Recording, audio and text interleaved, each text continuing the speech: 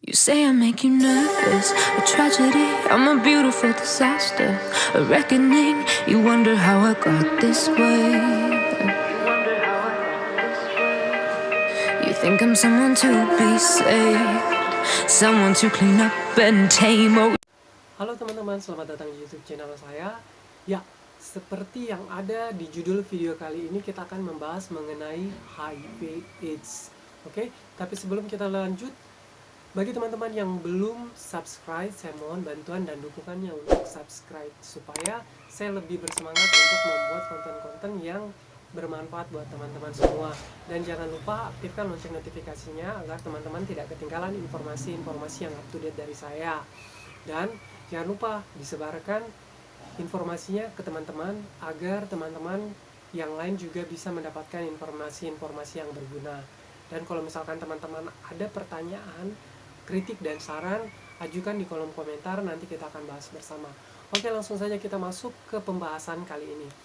Nah, kita membahas mengenai HIV/AIDS. Apakah HIV/AIDS itu sama? Beda. Ya. Jadi HIV itu adalah Human Immunodeficiency Virus.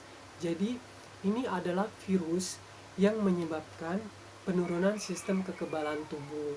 Nah, terus apa itu AIDS? AIDS adalah Acquired Deficiency Disease Syndrome. Seperti itu. Nah, jadi kapan bisa terjadi AIDS? Kapan bisa terjadi HIV? Jadi yang pertama terjadi adalah HIV.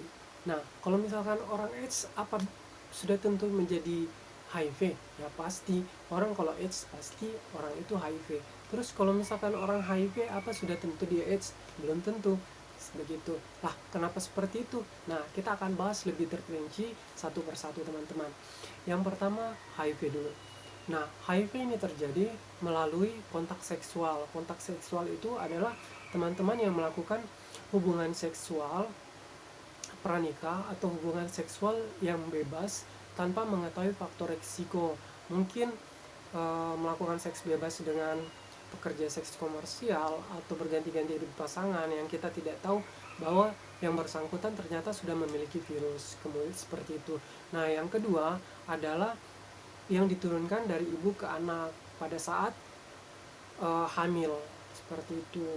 Nah, ibunya tidak tahu ternyata dia sudah terinfeksi HIV. Nah, dia bisa menurunkan ke anaknya, seperti itu. Dan kemudian transfusi darah. Tapi kalau untuk dekade ini, transfusi darah itu resikonya sangat tipis. Karena apa? Dan saya tidak setuju kalau misalkan transfusi darah itu dikategorikan masuk ke dalam penularan HIV. Karena untuk dekade ini, untuk transfusi darah itu, darah yang diambil dari si pendonor itu biasa di screening dulu. Di screening apakah dia bebas dari hepatitis, apakah dia bebas dari HBsAg, kemudian apakah dia bebas dari HIV, apakah dia bebas dari sifilis. Kemudian darah itu baru bisa digunakan atau bisa diberikan ke yang akan didonor, seperti itu. Jadi tidak langsung. Mungkin kalau misalkan beberapa puluh tahun yang lalu, transfusi darah itu memiliki peranan penting terhadap penularan HIV karena memang tidak di screening dulu. Tahu-taunya tertular di hepatitis, tahu-taunya yang bersangkutan tertular sifilis, tahu-tahu yang bersangkutan tertular HIV, seperti itu. Nah, oke. Terus yang kita bahas ini mengenai penularannya melalui hubungan seks. Nah, kenapa? Karena kenapa kita tidak bahas mengenai yang lain? Nah, itu yang tadi melalui transfusi sudah saya jelaskan. Kemudian melalui ibu ke anak. Untuk dekade sekarang itu penularan ibu ke anak itu resikonya sudah sangat-sangat tipis, bahkan bisa dikatakan hampir tidak ada. Kenapa? Walaupun ibunya tertular. Kenapa? Karena sekarang itu program pemerintah ada screening untuk ibu hamil, yaitu pemeriksaan untuk sifilis dan HIV-nya, seperti itu. Jadi mereka sudah di screening dari awal.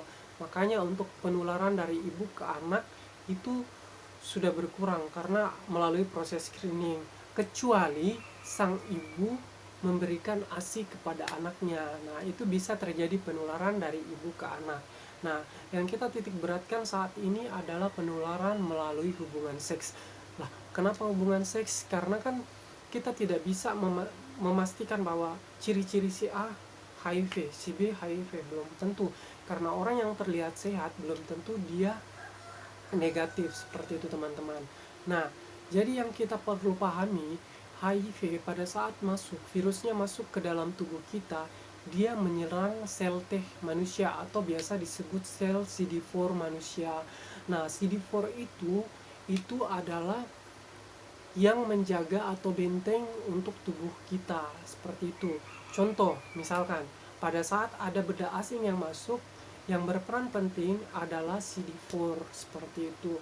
Misalkan teman-teman pada saat masuk debu, nah respon tubuh terhadap benda asing adalah bersin karena ada debu yang masuk, seperti itu. Nah, atau misalkan ada debu yang masuk di mata, nah respon tubuh adalah mengeluarkan air mata. Nah, tapi uniknya untuk virus HIV ini, pada saat dia masuk ke tubuh, dia berkamuflase. Begitu, dia berkamuflase dan menyerang si CD4 ini. Nah, CD4 yang diserang ini, jadi kalau makanya pada saat orang pertama kali terinfeksi tanpa gejala sama sekali, seperti itu.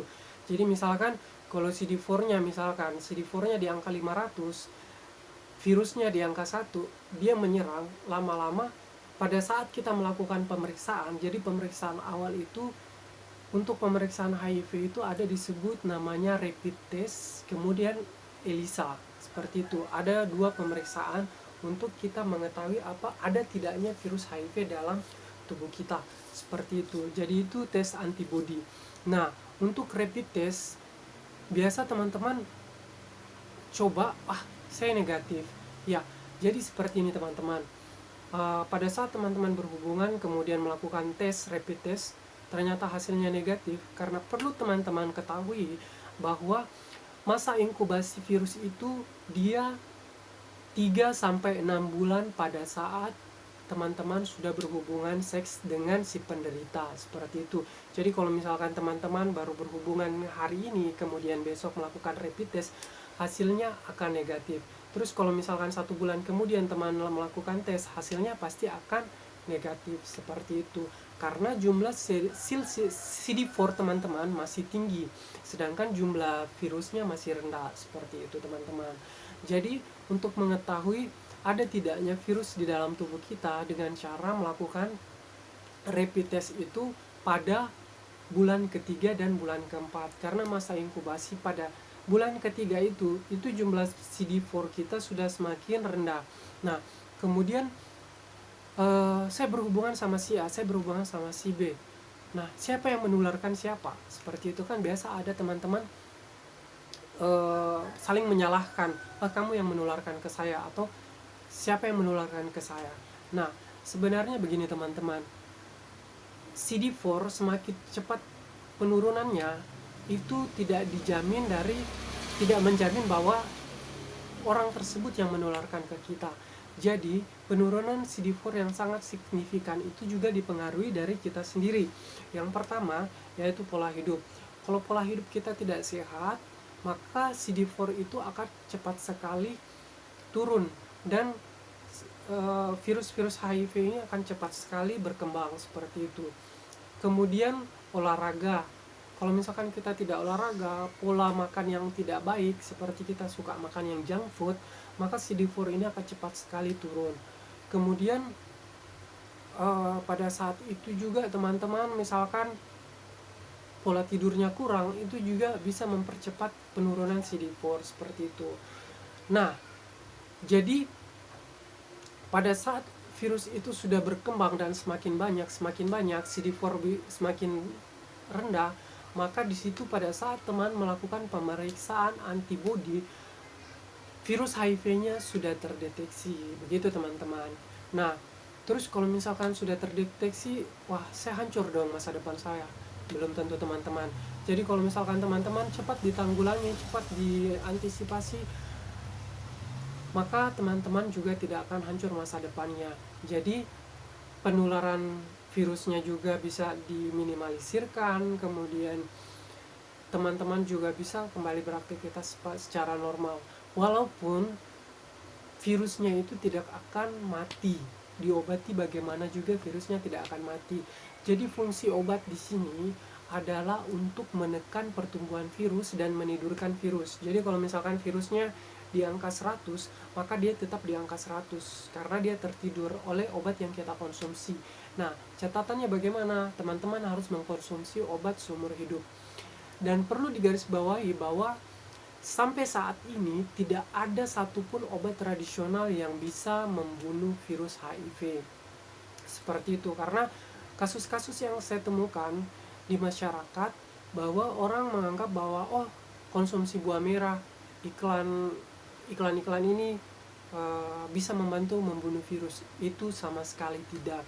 Karena sudah banyak kasus yang saya temukan, mereka fokus ke alternatif, pengobatan alternatif, ternyata itu kan meningkatkan daya tahan tubuh, tapi sel CD4-nya itu sudah rendah sekali.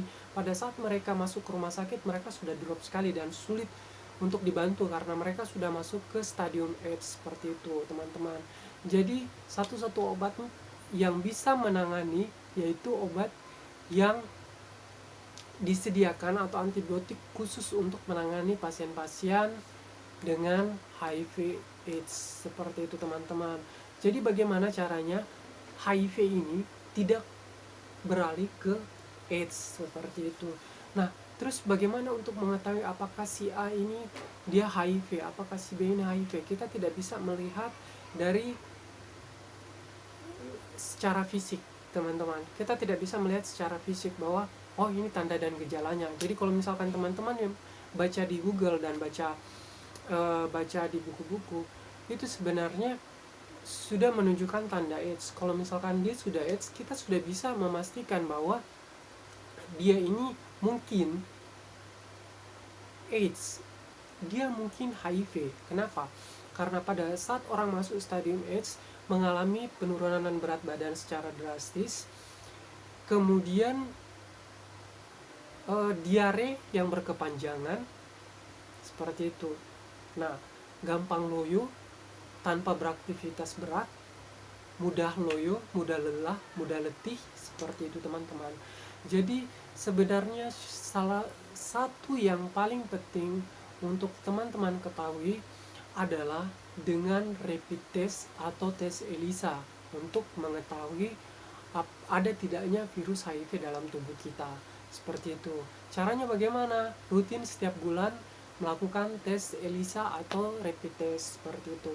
Nah, kemudian kalau misalkan cara apa lain yang bisa saya lakukan untuk mencegah saya tertular? Ya, solusi yang paling aman adalah teman-teman selalu menggunakan pengaman, yaitu kondom.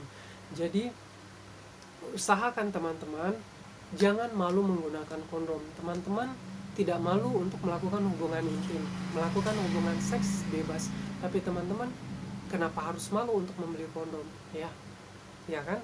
Jadi untuk menjaga nyawa kita, untuk menjaga masa depan kita, saya sarankan teman-teman selalu menggunakan kondom pada saat melakukan hubungan seks bebas, seperti itu. Kalau misalkan teman-teman tidak bisa setia dengan satu pasangan, kemudian teman-teman punya perilaku seks bebas, jadi saya tidak menyuruh teman-teman atau saya tidak menganjurkan teman-teman untuk melakukan hubungan seks bebas, tidak. Tapi bagi teman-teman yang punya perilaku seks bebas dan punya kebiasaan seks bebas bergonta-ganti pasangan, saya sarankan untuk selalu menggunakan alat kontrasepsi, yaitu kondom. Karena kondom satu-satunya alat pencegah penularan HIV yang sampai saat ini sangat ampuh. Nah, terus kenapa pada saat saya melakukan seks dengan menggunakan kondom ternyata saya masih tertular? Berarti kan kondom tidak berguna. Jadi teman-teman perlu digarisbawahi, pada saat kita melakukan ciuman atau kissing dengan lawan main kita, pastikan bahwa dia gusinya tidak sedang berdarah atau tidak. Kalau misalkan gusinya berdarah, ya risiko penularan pasti ada, seperti itu. Kemudian biasa juga kan orang melakukan seks oral. Nah, kalau misalkan teman-teman merasa bahwa sedang sariawan kemudian melakukan seks oral, ya resiko penularan pasti ada seperti itu. Walaupun kecil pasti ada. Karena kasus yang saya temukan, klien konsisten untuk melakukan kondom walaupun dengan pasangannya sendiri. Nah, tapi pada pemeriksaan yang berulang-ulang kali, di pemeriksaan yang keenam, yang bersangkutan ternyata positif HIV. Hal itu kenapa bisa terjadi? Karena pada saat dia melakukan hubungan itu, ternyata dia melakukan oral sex seperti itu. Jadi semua harus diperhatikan baik-baik. Dan kemudian kondom juga. Lah, kenapa kondom yang saya pakai robek? Lah, kenapa kondom bisa robek? Kan kondom itu terbuat dari latex. Sebenarnya tidak mudah robek.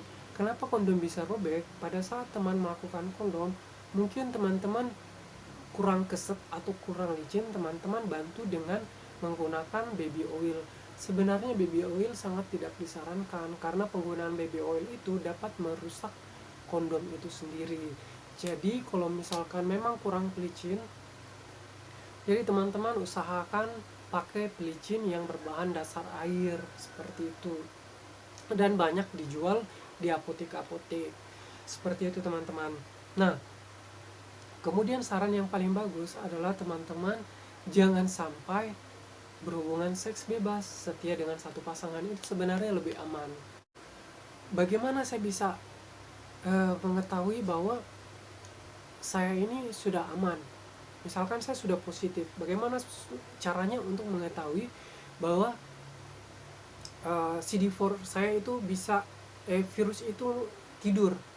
Nah, itu indikasinya adalah pada saat teman melakukan 6 bulan setelah pengobatan atau 1 tahun setelah pengobatan, biasanya dokter menyarankan teman-teman untuk melakukan pemeriksaan CD4. Nah, pemeriksaan CD4 itu untuk mengetahui keberhasilan pengobatan yang sudah teman-teman lalui, karena obatnya kan ada beberapa regimen atau beberapa jenis seperti itu. Apakah teman-teman cocok dengan obat A atau teman-teman cocok dengan obat B? Nah, caranya bagaimana? Jadi teman-teman, biasa dokter menyarankan untuk melakukan pemeriksaan CD4 di bulan ke-6 setelah konsumsi obat, kemudian 1 tahun setelah konsumsi obat atau terapi seperti itu. Nah, di 1 tahun terapi juga teman-teman dianjurkan untuk melakukan pemeriksaan viral load. Viral load itu apa lagi? Jadi pemeriksaan viral load itu adalah pemeriksaan untuk mengetahui jumlah virus HIV di dalam darah. Lah, terus apa bedanya dengan rapid test? Jadi kalau misalkan rapid test dan ELISA itu adalah tes antibody untuk mengetahui ada tidaknya virus HIV dalam darah kita. Tapi kalau misalkan untuk mengetahui jumlah virus HIV di dalam darah, yaitu dengan cara tes viral load begitu. Nah, kalau misalkan di bulan ke-12 ternyata tes viral load teman-teman hasilnya undetectable atau tidak terdeteksi, maka dapat dipastikan bahwa keberhasilan pengobatan teman-teman itu 100%. Nah, kemudian bagaimana untuk bisa mendapatkan pengobatan yang 100%? Jadi teman-teman harus rutin minum obat, kemudian minum obat secara teratur. Teratur di sini adalah teman-teman kalau misalkan mengkonsumsi obat setiap jam 10 malam, maka teman-teman harus mengkonsumsi setiap jam 10 malam seperti itu. Nah, terus untuk obat ini apakah ada efek samping? Semua obat pasti ada efek sampingnya. Pasti ada efek sampingnya, lari ke ginjal. Dan pada saat konsumsi juga ada efek sampingnya. Terus cara mengatasinya bagaimana? Jadi teman-teman, untuk mengatasi efek samping konsumsi obat apa saja pasti ada efek sampingnya ke ginjal. Jadi solusinya teman-teman rajin berolahraga, kemudian teman-teman juga banyak mengkonsumsi air seperti itu. Nah, efek samping yang muncul pada saat mengkonsumsi antibiotik ini, dia biasanya ada beberapa kasus keluhan-keluhan klien, mereka mengeluhkan bahwa pada saat mengkonsumsi ini rasa rasa seperti tidak enak, kemudian pusing seperti itu. Nah, cara mengatasinya seperti apa? Jadi perlu teman-teman ketahui pada saat konsumsi obat ini, reaksi obat ini akan cepat berpengaruh apabila teman-teman mengkonsumsi makanan yang banyak mengandung kolesterol atau minyak, kemudian eh, minuman yang bergas, yang bersoda, kemudian eh, lombok. Nah, itu akan memancing efek samping obat ini bekerja lebih keras seperti itu. Makanya pada saat beberapa klien yang mengkonsumsi obat ternyata efek sampingnya parah, itu karena dia begitu setelah makan yang pedis-pedis langsung makan obat seperti itu. Nah, bagaimana cara mengatasinya? Jadi teman-teman usahakan 1 jam sebelum mengkonsumsi obat atau 2 jam sebelum konsumsi obat, teman-teman usahakan makan dulu. Kalau memang teman-teman punya kebiasaan untuk mengkonsumsi makanan-makanan yang pedis atau mengkonsumsi yang berminyak, teman-teman usahakan makan dulu 1 jam sebelum mengkonsumsi obat seperti itu, supaya meminimalisir efek samping obat yang muncul pada saat teman-teman mengkonsumsi. Nah, terus kalau misalkan kapan saya bisa menikah? Nah, teman-teman sudah bisa menikah, ada program. Nanti teman-teman bila dinyatakan positif, teman-teman bisa berkonsultasi ke dokter untuk konseling bahwa saya mau menikah. Tapi kalau tidak salah itu syaratnya teman-teman harus memiliki CD4 paling tidak di angka 500, kemudian viral loadnya sudah tidak terdeteksi. Nah, teman-teman bisa melakukan program menikah seperti itu. Jadi nanti akan lebih lanjutnya akan dijelaskan oleh dokter kapan teman-teman bisa melakukan hubungan suami istri, kapan bisa melakukan pembuahan seperti itu. Nah, pembuahan di sini pada saat pembuahan, pada saat masa subur istri baru bisa mengeluarkan sperma. Itu hanya untuk proses pembuahan. Pada saat sudah terjadi pembuahan, teman-teman harus selalu menggunakan kondom pada saat melakukan hubungan suami istri seperti itu, supaya tidak ada terjadi penularan ke istrinya. Atau misalkan si istri yang positif, maka istrinya tidak menularkan ke suaminya. Misalkan salah satunya negatif ya, misalkan istri yang positif, suami yang negatif, ya setelah terjadi pembuahan suami harus memakai kondom lagi supaya tidak terjadi penularan dari istri ke suami. Atau begitu juga sebaliknya, istrinya negatif dan suaminya positif, setelah terjadi pembuahan suaminya harus menggunakan kondom lagi supaya tidak terjadi penularan dari suami ke istri. Nah, terus kalau misalkan saya hamil atau saya positif dan saya hamil, bagaimana dong? Anak saya bisa tertular dong, kan ada penularan dari ibu ke anak. Jadi bagi ibu-ibu yang positif HIV, itu biasanya dianjurkan untuk dilakukan seksio sesar. Jadi persalinannya tidak persalinan normal, tapi persalinannya dengan seksio sesar, supaya meminimalisir terjadinya penularan dari ibu ke anak. Karena kalau misalkan persalinan normal, yang ditakutkan adalah si bayi tertelan plasenta dari ibunya seperti itu. Nah, kalau tertelan plasenta ibunya, otomatis risiko penularan dari ibu ke anak itu sangat tinggi sekali. Makanya ibu-ibu yang positif HIV diharuskan dan diwajibkan, bukan dianjurkan ya, tapi diharuskan, diwajibkan untuk melakukan persalinan dengan seksio sesar. Nah, tapi kalau misalkan suami yang positif terus istri yang negatif, bagaimana dong? Ya kalau misalkan istrinya negatif, ya bisa melakukan persalinan normal, jadi tidak harus melakukan seksio sesar karena istrinya kan negatif seperti itu. Nah, itu yang saran-saran. Jadi buat teman-teman yang mungkin sudah terdeteksi HIV, jangan berputus asa, jangan bersedih bahwa hidup itu tidak berakhir. Hidup itu masih berlanjut kalau misalkan teman-teman tidak putus asa. Oke, semua ada jalan, segala penyakit pasti ada obatnya. Jadi teman-teman tetap semangat, tetap optimis untuk hidup, karena teman-teman masih bisa menikah, teman-teman masih bisa punya keturunan, teman-teman masih bisa punya anak yang negatif, teman-teman masih bisa punya pasangan yang negatif. Seperti itu. Yang penting teman-teman berobat secara rutin dan teratur. Kalau jam 10 harus tetap jam 10 malam dikonsumsi. Kenapa tidak boleh mengkonsumsi obat terputus-putus, karena masa jeda obat itu, masa kerja obat itu adalah 24 jam. Nah, kalau misalkan bergeser ke 1 jam, berarti virus yang tidur ini tadi akan bangun kembali, seperti itu. Makanya teman-teman kalau misalkan konsumsi di jam 10 ya pastikan selalu di jam 10, supaya virus yang tadi tidur tetap tidur. Karena kalau misalkan teman-teman selalu tidak patuh minum obat, kemudian virusnya bangun tidur terus, lama-lama obat yang teman-teman konsumsi ini akan jadi resisten. Nah, kalau resisten berarti teman-teman yang tadinya ini lini 1, teman-teman akan masuk ke lini kedua. Seperti itu teman-teman. Nah, untuk lini 1, sekarang kan di Indonesia itu untuk lini 1 ini obatnya di maksudnya diberikan secara gratis oleh pemerintah, jadi disubsidi 100% oleh pemerintah. Nah, kemudian untuk lini kedua ini karena obatnya sangat mahal, ini biasa mungkin ada berbayar atau harus menggunakan BPJS dan lain sebagainya. Jadi usahakan teman-teman kalau misalkan sudah positif, bagi yang sudah positif jangan putus asa, konsumsi obat yang teratur, pastikan CD4-nya naik dan viral load-nya tidak terdeteksi, teman-teman sudah bisa menikah dan memiliki keturunan, seperti itu.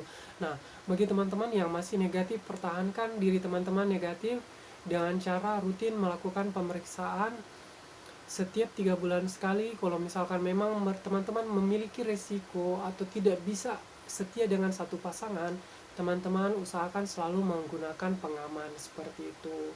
Kalau misalkan teman-teman tidak bisa setia dengan pasangan sendiri atau teman-teman tidak punya pasangan, hanya jajan-jajan, ya usahakan selalu pakai pengaman, seperti itu. Oke, mungkin sekian saja informasi yang bisa saya berikan.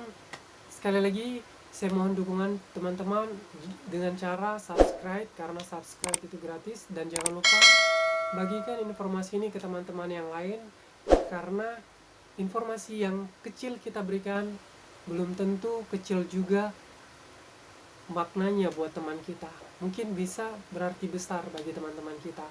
Kemudian jangan lupa aktifkan lonceng notifikasinya agar teman-teman tidak ketinggalan berita-berita yang up to date dari saya. Oke, salam kesehatan, sampai jumpa.